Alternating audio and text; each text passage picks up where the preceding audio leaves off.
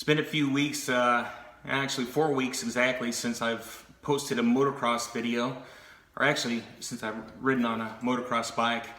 I thought I would put one up here on YouTube to kind of give a little status on what's going on with an injury that I caused. 4 weeks ago I went off a jump and overshot the landing, and upon impact I fractured my medial malleolus. That is the bottom of the tibia at the ankle. And you know, healing has gone great. I've had a cast on for 4 weeks. The pain has been relatively minor. And I went in today to have the cast cut off already actually, and they did an x-ray and it all looked great. So the plan was to have a walking boot for 2 weeks and then I'd be back on a bike. However, I had a little surprise when they cut the cast off. I found that I could no longer raise my toes up towards the tibia and fibula. And as it turns out, I actually have nerve damage to the parietal nerve, peroneal nerve. Shoot, you know, I'm so tired right now.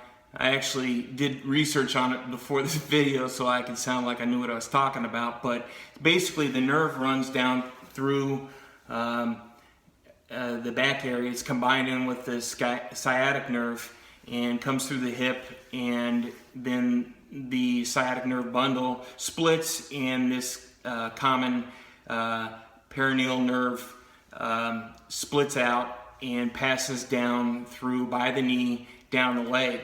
And it feeds and controls this muscle here on the outside that helps you raise your toes.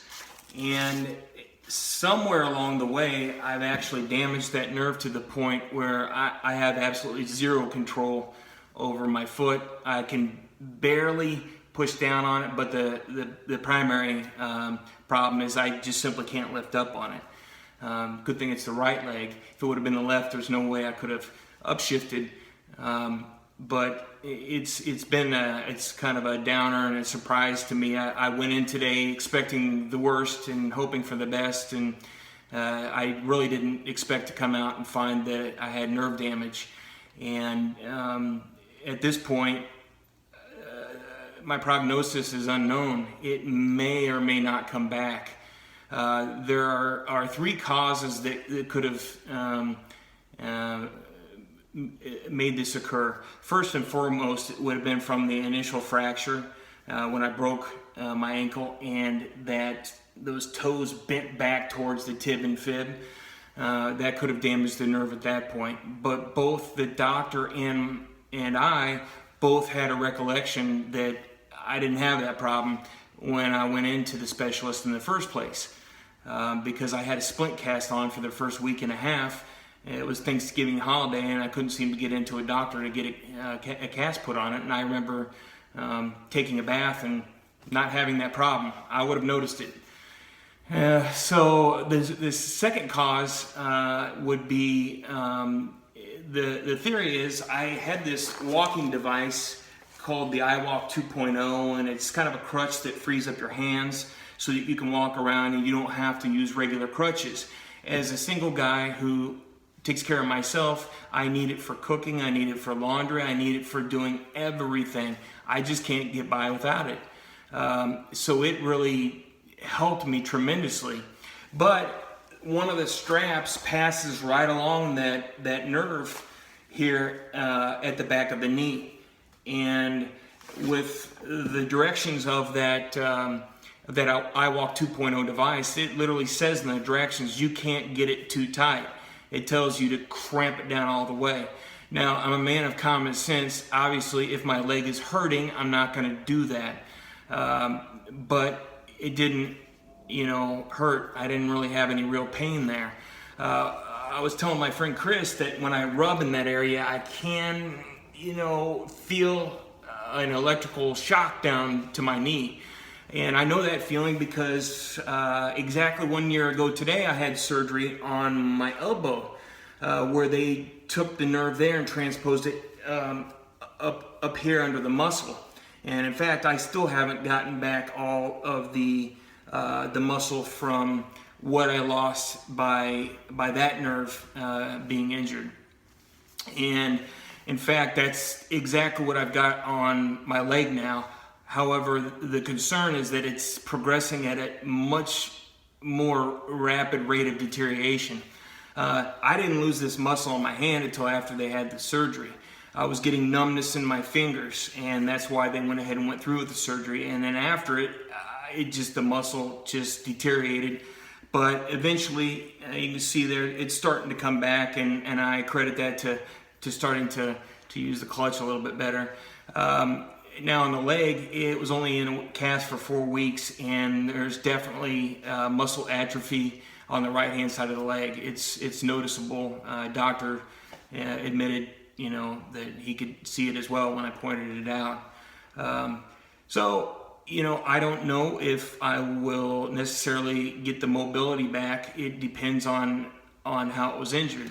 The third way that could have caused this injury, and by the way, I'm leaning towards the last two, the iWalk device, because he brought me an anatomy book, and I'm a logical person. I like anatomy and physiology. But anyway, I looked at the book, and sure enough, that strap goes right across the nerve. So when you're cranking that thing down, it's inevitable you're going to cause some maybe acute trauma to that area. The third thing is what can happen is something called compartment syndrome, and it's when fluid goes into a body area and it cannot get out, and pressure builds up inside there, and that ends up compressing off the nerves. It will compress muscles. It will compress the blood supply that's actually coming in, and it will also prevent the waste from being returned out of the same area because the blood can't get out either. And I definitely had a tremendous sign of this going on. In fact, I had a huge hematoma down around my toes, and I had it when they had the splint cast on, and I found that once I loosened that splint cast up, hematoma went away. And then when they casted this foot and I went back for the first checkup, I told them right away I was concerned about the tightness of the cast, because again, I had a huge blood hematoma down there, and also my toes, I could barely wiggle them. And he didn't really give much consideration to it until today, in hindsight. When the cast was cut off and I couldn't raise the foot, in my opinion, the look on the doctor's face was one of serious concern and also of great surprise. He, a matter of fact, it was I was picking up on emotions that were so strong that I thought he was intentionally doing that just to mess around with me. When I said, "Is this normal?" "Oh, no, that's not normal," to show concern and tell me, "No, that's normal. It's going to pass away in a couple hours." But it wasn't the case, and I asked him 3 times, and he said, "No, it's not normal." So, I'm trying to dig information out of the doc, and he said that, I said, "What's the worst case scenario?" He says, "You've got worst case right now." And my current state is I cannot lift upward at all, and I can kind of barely push down. I think I'm working on the push down as I sit here, and I think that it probably is not so much affected by this particular nerve as it is trying to lift up, which I've got. I just can't even. It's a weird feeling. I'm trying to tell my foot to move up, and just it's not there at all. So this type of nerve damage is very similar to what I had at the elbow a year ago. That came on more gradual. I start to have numbness in the hands, and then at one point, we believe it was when I was pulling 4x8 sheets of drywall into the attic, I whacked my elbow and then made the problem even worse. Pitchers often get that right there too, and they have surgery to move the nerve out of this channel here and move it over so it doesn't rub on things as much. But it's amazing, 12 months later, and I still haven't got full use of it back, and I still have a little bit of numbness, but it's coming back slowly. And I'm learning that if I get return of use of that foot, it's probably going to be very slow, just like this. So, you know, I'm a realist, I'm an optimist, but a very realistic person, and I'm already trying to visualize in my head how I'm going to ride the bike. And luckily, I actually put on a, you know, if we can see it over here, without me getting on the crutches, I put on a left-hand rear brake because it's got a recluse clutch on that bike. So I actually can operate my rear brake by hand. It's kind of ironic, hopefully not prophetic, but and the other thing is, I'm thinking to myself, okay, I can kind of push down a little bit. Certainly, I can use that rear brake. I can drive a car. I try not to, but how else am I going to get to my doctor's appointments by myself? Yeah, it's been a very interesting 4 weeks of very positive healing. I made sure I tried to work out, and I was eating really healthy, and you know, I've got this surprise. Nerve damage isn't really something that can just fix itself, especially if it was a case of the compartment syndrome, where the blood supply gets cut off, and I actually saw, you know, a presentation on YouTube where it said that if they don't fix it within 4 to 8 hours, that ischemia will start in. Basically, you'll start to, you know, the tissue can only go so long without glucose and without oxygen before it starts to die. And, you know, it's unfortunate. It's kind of a surprise. But when I got into this sport, I signed up for injury, and, you know, I can't complain about that. It's just that, you know, it's kind of a different thing of injury here. It occurred during the healing process, and in fact, there's a PubMed article that said that when this particular nerve is injured during an ankle fracture, it's usually injured due to the splint or the cast rather than the actual fracture itself. So I'm not the only person, I think, that's probably gone through this before.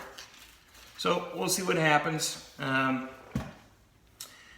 Yep, it's not what I wanted. Unfortunately, I think it will prevent me from ever running again. What else would be hard to do? I'm sure I'll find lots of weird things that are going to be challenging. But at this point, I don't think it's going to stop me from riding the bike. Actually, it's kind of giving me a little fire in my tail to want to ride it more. Maybe it's a little frustration at this point due to how this healing process took a dramatic turn.